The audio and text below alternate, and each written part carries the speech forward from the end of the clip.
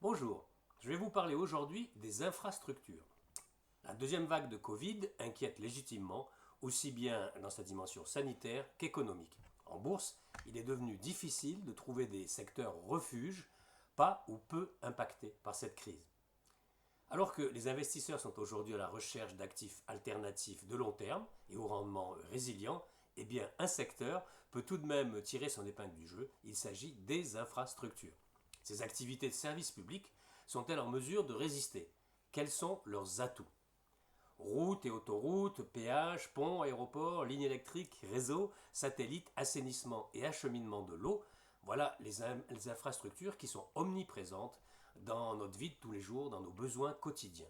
Et crise sanitaire ou pas, les infrastructures en général sont plus largement déconnectées du cycle économique que d'autres secteurs, comme par exemple le transport, l'hôtellerie ou la restauration qui sont frappés de plein fouet par la crise du Covid et des restrictions imposées par les gouvernements.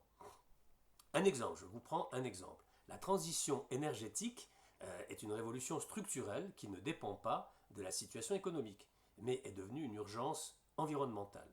Les bouleversements dans la production d'énergie déjà nombreux vont s'accélérer. Guillemets. Pour amortir les dégâts causés par la pandémie, les gouvernements ont placé les infrastructures au cœur de leur plan de relance et avec une forte orientation verte expliquée le mois dernier Julie Harré, qui est gérante de fonds chez DNCA Investments. Ce, ce secteur, ou plutôt cette thématique d'investissement, bénéficie d'un autre atout majeur, la visibilité offerte sur leur rendement. Guillemets. Il est important que les investisseurs se rendent compte que l'investissement dans les infrastructures est le meilleur moyen d'être exposé sur des actifs et des flux de trésorerie de long terme, soutenus par les gouvernements et offrant souvent une protection contractuelle contre l'inflation.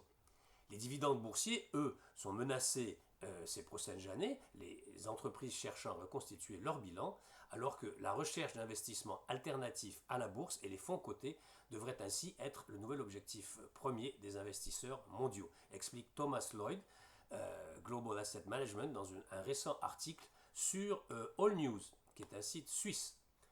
Nous croyons fermement que la création de valeur à long terme est une proposition d'investissement convaincante, évitant à la fois des actions et le piège des obligations, à la fois la volatilité des actions et bien sûr les pièges des obligations souveraines qui rapportent presque plus rien, poursuit Thomas Lloyd dans cet article.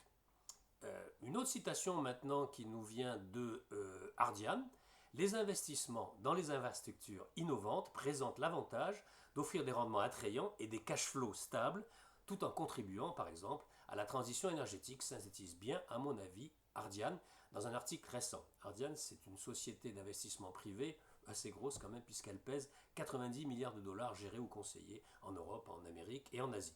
Du coup, et c'est là encore un de leurs avantages, sur le long terme, les investissements dans les infrastructures ont tendance à être moins volatiles que ceux dans d'autres classes d'actifs. Guillemets, les fonds de pension doivent trouver de nouvelles sources de rendement stables, générant suffisamment de liquidités.